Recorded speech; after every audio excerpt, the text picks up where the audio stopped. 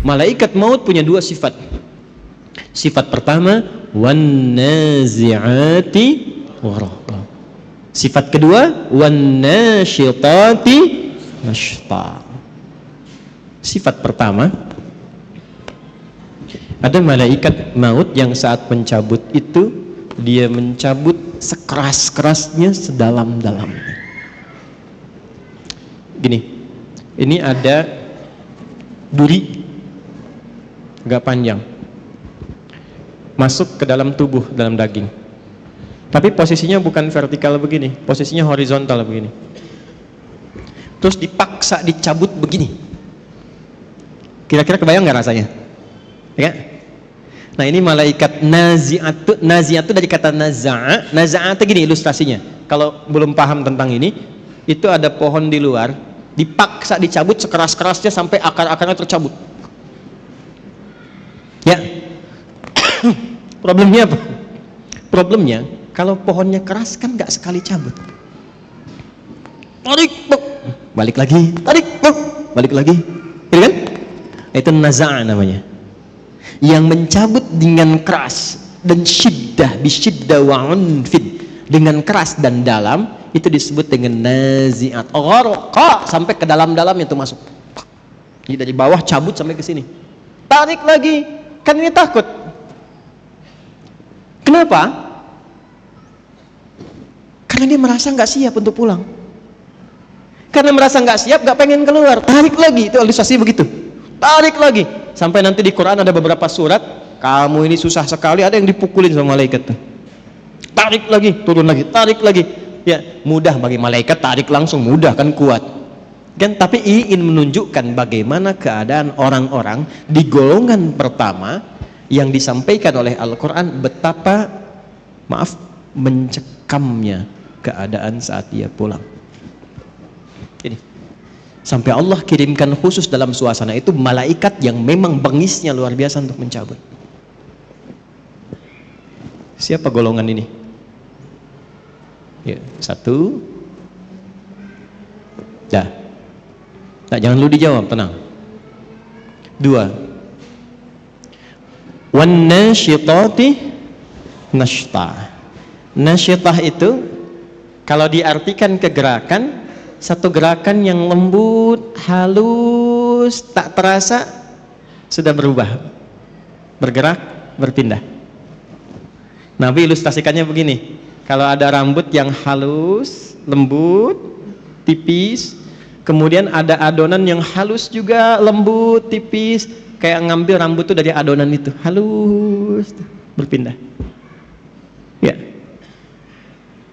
Senyum, la ilaha illallah, meninggal. Sujud, nggak bangun lagi. Lagi baca Quran, cuman begini, la ilaha illallah, meninggal. Dan menariknya, yang seperti itu sekarang sudah banyak ditampakkan lewat video.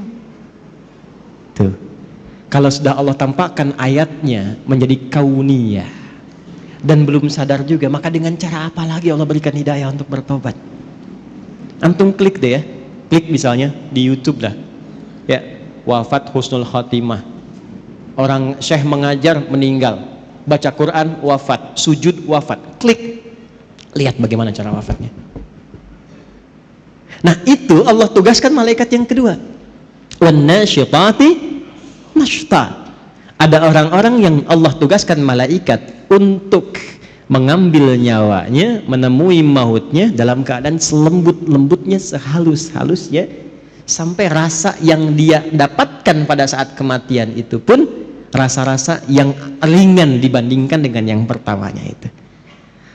Kalau narik rambut yang halus dari adonan yang halus itu masih ada rasanya nggak? Masih terasa kan, tapi ringan kan, lembut. Itulah yang menyebabkan orang kadang berkeringat saat meninggal itu. Ya, diambil, tenang dia meninggal, tenang, tapi ada rasanya, ada. Nanti kalau sudah waktunya terasa juga gitu kan. Berkeringat ada, tapi halus, lembut, tenang, enak. Nanti insya Allah kita jemput itu, gak usah khawatir, gak usah takut. Takut itu justru tanda tanya. Kok takut pada sesuatu yang pasti? Yang gak pasti itu yang kita takutkan, yang pasti gak usah ditakutin. Nggak Allah Akbar. Enggak. Antum nggak takut pun kejadian juga. Terus ngapain takut? Ya. Jadi yang ditakutkan tuh yang belum pastinya. Nah, yang belum pasti itu bekalnya, amalnya apa? Begitu itu tidak pasti, itu yang kita khawatirkan karena nggak punya harapan untuk setelahnya. Baik, kita bahas yang kedua dulu sebelum tadi yang pertama saya kasih tanda tanya. Siapa orang-orang yang dicabut dengan lembut itu? Yang tenang itu, yang nyaman itu. Sampai malaikat yang ditugaskan pun oleh Allah disifati dengan nasyitati nashta, pakai wawunya ataf kepada kosam, kosamnya sumpah. Saya bersumpah, kata Allah, ada di antara hambaku yang aku kirimkan hanya malaikat yang lembut untuk mencabut nyawanya. Sumpahnya Allah mengirimkan malaikat yang lembut, selembut-lembutnya untuk mencabut nyawa hambanya. Siapa hamba yang dimaksudkan di sini? Teruskan dulu ayatnya. Was-sabihati sabha, fas-sabiqati sabqa, fal-mudabbirati amra, sampai ayat 5. Allahu Akbar. Ini kuncinya. Was-sabihati di sini masih pakai qasam. Sabihati sabha. Setelah itu pakai fa litertib. Fas-sabiqati sabqa. Pakai fa. Fas-sabiqati sabqa. Setelah itu apa? Fal-mudabbirati amra. Fal-mudabbirati amra. Dah sampai sini, sampai ayat 5. Ini kuncinya. Ini sindiran halus dan tajam sekali. Siapa orang-orang yang akan dicabut dengan lembut, dipisahkan dari kehidupan dunia yang mungkin dia alami keras. Jadi menariknya begini, ada orang-orang yang saat hidup di dunianya ini mungkin mengalami kejadian yang keras, tidak mengenakan, kasar dan sebagainya. Tapi ketika meninggal lembut sekali, halus, dan bahkan viral dia di alam langit. Bagaimana orang-orang ini kemuliaannya? Allah contohkan lewat tugasnya malaikat. Selain yang mencabut nyawa dengan 2 sifat ini, kata Allah, aku tugaskan juga dengan 3 tipikal pokok malaikat. Nah, 3 inilah sebetulnya sebagai isyarat karakter amal untuk kita demi menjemput kematian yang husnul khatimah. Sabihati sabha, aku bersumpah, aku juga siapkan malaikat yang tugasnya hanya bertasbih saja, dengan cepat, dengan indah, dengan kuat. Oke, pelan-pelan. Teman-teman masih ingat gak waktu saya sampaikan tadi dibuka di awal mukaddimah? Ibadah itu ada yang sifatnya apa yang pertama? Ritual. Nah, ritual ini digambarkan di Qur'annya dengan kata-kata tasbih. Tasbih. Ibadah dalam bentuk ritual itu digambarkan di Al-Qur'annya dalam bentuk apa? Tasbih. Nah, menariknya apa? Semua alam ini diciptakan oleh Allah itu untuk bertasbih. Buka Quran surah 17 ayat ke-44. Quran surah 17 Al-Isra ayat 44. Dan tempatnya pun di surah ke-17 Al-Isra. 17 rakaat. Peristiwa Isra. Isra kan peristiwa yang didapatkan dari Isra dan Mi'raj itu kan salat kan? Nah, salat itu teman-teman sekalian itu gambaran tasbih untuk kita. Malaikat juga bertasbih. Tusabbihu lahu as-samawati as-sab'u wal ardu wa man fihin. Ada? Hah? Wa in min syai'in, terus tuh, dapat. Walakin la tafqahuna tasbihahu. Tusabbihu lahu as-samawati as-sab'u. Semua yang ada di alam langit bertasbih kepada Allah. Wal ard, dan yang di bumi bertasbih. Kalau antum baca tafsirnya, ini misal yang banyak didapatkan tafsir Ibnu Katsir misalnya, yang agak banyak riwayat di situ. Itu ngambilnya dari tafsir Ibnu Jarir At-Tabari. Ibnu Katsir banyak ngambil dari situ. Yang tafsir riwayat ya. Kalau yang mau pendek-pendek Jalalain, Tanwirul Mikbas itu pendek-pendek. Kalau mau ngambil tafsir riwayat tentang ayat ini, silahkan lihat. Itu akan mengambil satu riwayat di Mu'jam At-Tabrani, riwayat dari Abdurrahman bin Qutr. Ya, Abdurrahman bin Qutr ini meriwayatkan satu hal saat peristiwa Isra'nya Nabi sallallahu alaihi wasallam. Jadi begitu Nabi akan siap diberangkatkan antara Zamzam dan Maqam. Jadi ada Maqam Ibrahim, ada Zamzam, di antaranya itu ya dekat itu disiapkan berangkat dari mulai ke Masjidil Aqsa, naik kemudian ke langit. Itu apa komentar Nabi setelah turun? Saya mendengar malaikat semua bertasbih, bersahut-sahutan bertasbih pada Allah Subhanahu wa taala alam langit. Ya. Kalau Anda baca riwayatnya setelah itu di tafsirnya, teruskan tafsirnya sampai ke bawah, Anda akan temukan Allahu Akbar. Ini babnya iman ya. Maaf, babnya iman. Pembuktiannya saat sakaratul maut. Kenapa Anda, saya, kita sering mendengar kalau makan itu sampai akhirnya? Mungkin di situ ada berkahnya. Pernah dengar? Ya kan? Karena setiap makanan dan minuman yang kita makan dan minum, itu sekalipun kita konsumsi, dia masih bertasbih kepada Allah Subhanahu wa taala. Riwayatnya ada. Baca tafsirnya. Ini bukan saya pribadi, bukan. Ngaji tafsirnya, lihat. Sampai makanan yang akan yukal dimakan itu masih bertasbih sebelum dimakan. Itu sebabnya kita nyari berkahnya. Ya. Saya kalau minum tuh ada nggak habis, orang datang rebutan. Kenapa nyari berkahnya? Saya bilang udah saya habisin berkahnya tadi. Canda aja. Itu gambaran. Nah, singkatnya tasbih itu gambaran dari ibadah. Inti sholat itu kan di ruku dan sujud. Ya Maryam uqnuti li rabbiki wasjudi warka'i ma'ar. Ya, inti sholat itu, inti paling pokoknya dari sekian rukun sholat itu di ruku dan sujudnya. Sebagai penghambaan kita kepada Allah, ruku dan sujud. Ruku dan sujud itu intinya tasbih. Coba lihat saat ruku baca apa? Subhana rabbiyal azim, tasbih. Saat sujud, subhana rabbiyal, intinya tasbih. Di tasbih itu jangan diartikan subhanallah saja, bukan. Tasbih itu kata atau kalimat singkat yang mewakili sifat-sifat ibadah kita kepada Allah dalam bentuk ritual. Jelas?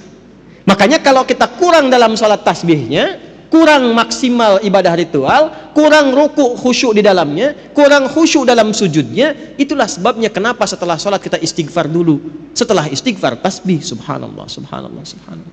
Itu diantara hikmahnya. Jadi bukan cuma bacaan, ada maknanya. Intinya apa dengan kalimat ini? Tusabbihu lahu as-samawatu as-sab'u wal ardu wa man fihinna. Kaitkan dengan wasabihati sabha. Aku bersumpah, malaikat saja ada yang aku buat untuk tasbih semuanya. Masa manusia gak mau tasbih? Malaikat saja aku ciptakan tanpa salah, itu masih tasbih. Malaikat itu dicipta tanpa salah, Pak. Satu-satunya makhluk di muka bumi ini, ya, yang bertugas di muka bumi, tugas. Dan di alam langit dia bertugas, satu-satunya makhluk yang Allah ciptakan tanpa salah cuma malaikat. Diciptakannya dari cahaya, materinya materi takwa. Quran surah 66 ayat ke-6. La ya'sunallaha ma amarahum wa yaf'aluna ma yu'marun. Malaikat tidak punya potensi maksiat. Makanya Anda nggak pernah dengar misalnya, maaf, pernah dengar malaikat Jibril korupsi ayat?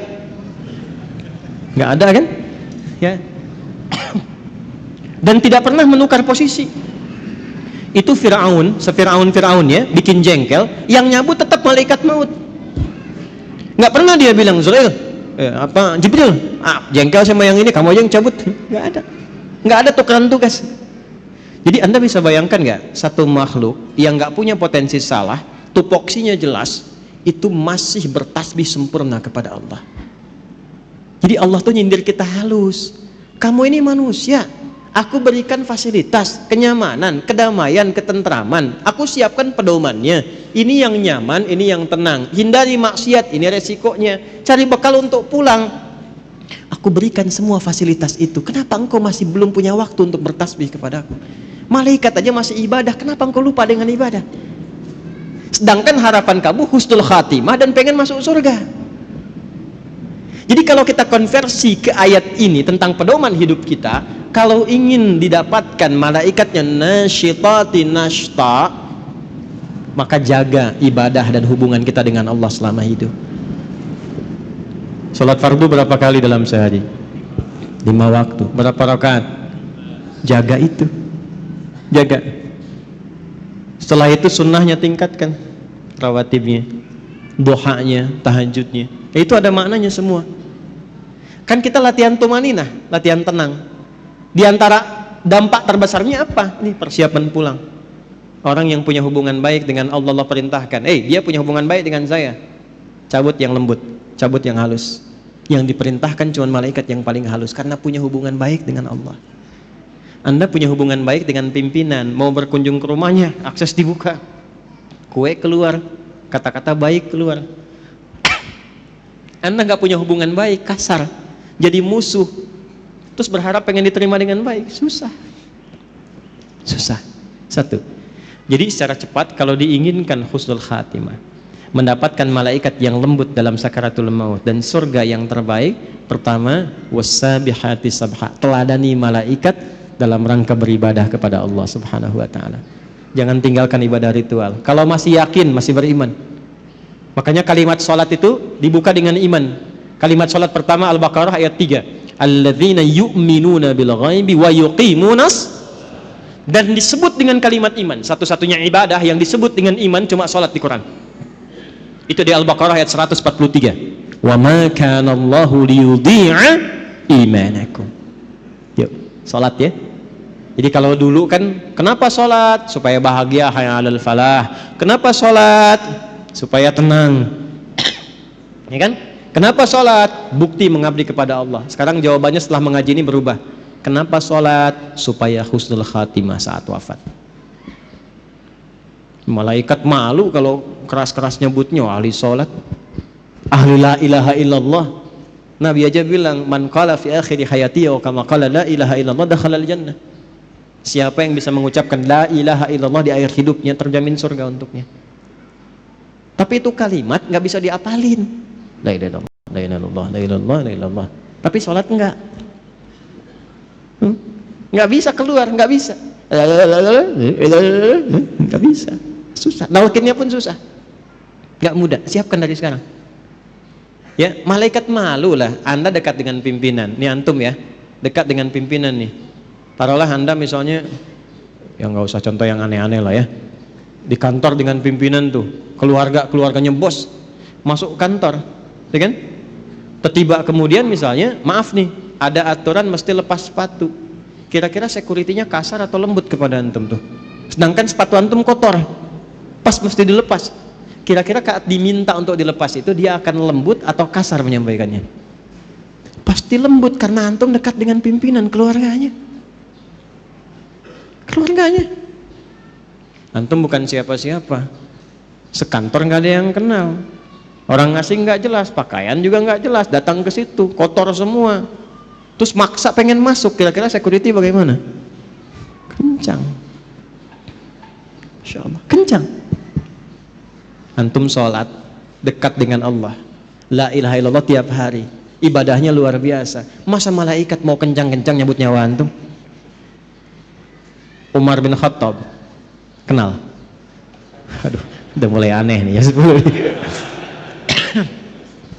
Ini kalau kita ngaji kitab-kitab hadis tuh dalam bab riwayat enak ngajinya. Optimis kita menjemput kematian, nggak takut dengan alam kubur. Dan ini ada yang mengatakan asbabnya malaikat maut tuh salah satunya jadi sedikit malaikat mungkar nakir agak sedikit humble itu gara-gara persoalan Umar. Datang, man rabbuka katanya. Nanti antum baca nih dalam riwayat hadis. Man rabbuka. Umar tuh luar biasa. Gak usah kasar begitu katanya. Santai aja bahasa kita ya, santai aja. Anda akan tahu saya ini sahabatnya Rasulullah. Kekasihnya kekasih Allah. Ya, masa Anda bertanya seperti itu katanya? Harus dibalikin tuh. Bisa nggak Anda begitu tuh? Man rabbuka, gitu kan?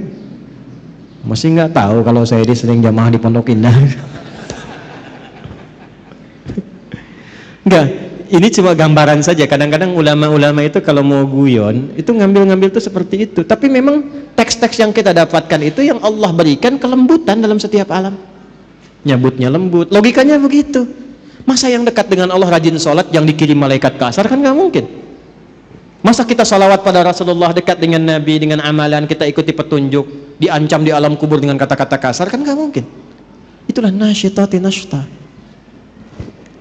Nah, untuk mendapatkan itu supaya lebih lembut lagi bagaimana? Cepat, pakai fa, berubah tuh. Ayat 4 pakai fa. Harfu atfin rabitin baina syai'aini bila hudud. Paham? Tidak. Huruf yang menyambungkan dua peristiwa tanpa jeda dengan cepat. Jadi begitu yang ayat 3 itu tasbih, ibadah, Yang keempatnya pakai fa, cepat nih, jangan tunda. Apa yang dipercepat? Sabiqatis sabqa. Ada malaikat yang berlomba mencatat amalan. Ini yang dicatat tuh siapa amalannya? Kan nggak mungkin malaikat catat amalan sendiri. Malaikat turun ke bumi catat amalannya sendiri, nggak mungkin. Ini tanda dari Allah. Ada malaikat yang lomba-lomba cepat-cepat. Ngapain cepat-cepat? Mencatat amal hamba. Siapa yang dicatat itu? Dalilnya mana untuk menegaskan ini? Al-Baqarah ayat 148. Ketemu kalimat sabaknya. Quran surah 2 ayat 148. Walikulli wijhatun huwa muwalliha. Sama dengan fa di sini, fa di sana. Fastabiqul khairat. Fastabiqul khairat. Tuh. Tuh. Kencengin tuh. Ini maksudnya. Kencengin. Optimis kita. Di sini fasabiqatus sabqa, ya, fasabiqatis sabqa, di sini fastabiqul khairat. Walikulli wijhatun huwa muwalliha. Setiap hamba yang ibadah itu pasti punya kecenderungan fokus pada ibadah tertentu. Contoh, ada yang senang tahajud, belum konsisten puasa sunnah. Tahajud rutin tiap malam, tapi Senin Kamis belum puasa. Ada yang puasa Senin Kamis tapi tahajud belum, ya kan? Ada yang sudah puasa Daud, bahkan sholat Daud nggak ada. Ya, puasa Daud yang ada ya. Senin puasa, Selasa tidak, Rabu puasa, Kamis sholat Daud nggak ada. Subuh sholat, duhur tidak, asar sholat, maghrib, nah itu nggak ada. Ya. Ini sudah puasa Daud, tapi tilawah Quran belum. Quran juga unik, ada yang senang baca tapi belum menghafal. Ada yang senang hafal tapi nggak tahu arti. Ada yang senang kajian, ngaji artinya, tafsir, tapi juga baca belum optimal. Ada yang begitu. Nah sekarang maksudnya apa? Kita itu saat sebelum pulang siapkan amalan-amalan favorit yang kita pilih di dunia sebagai bekal andalan kita pulang itu apa? Supaya malaikat berlomba-lomba mencatat. Ayo kita berlomba-lomba. Dan ini dijamakkan, fastabiqul khairat. Semuanya baik kata Allah itu, tapi silahkan berlomba. Yang ini puasa Senin, ya kan? Antum belum sanggup puasa, saya mau konsisten dengan rawatib dulu. Ya. Saya belum sanggup menahan lapar, tapi saya sanggup menahan lelah saya untuk mengerjakan rawatib. Ya udah, alihkan tenaga ke sini. Ya. Jelas?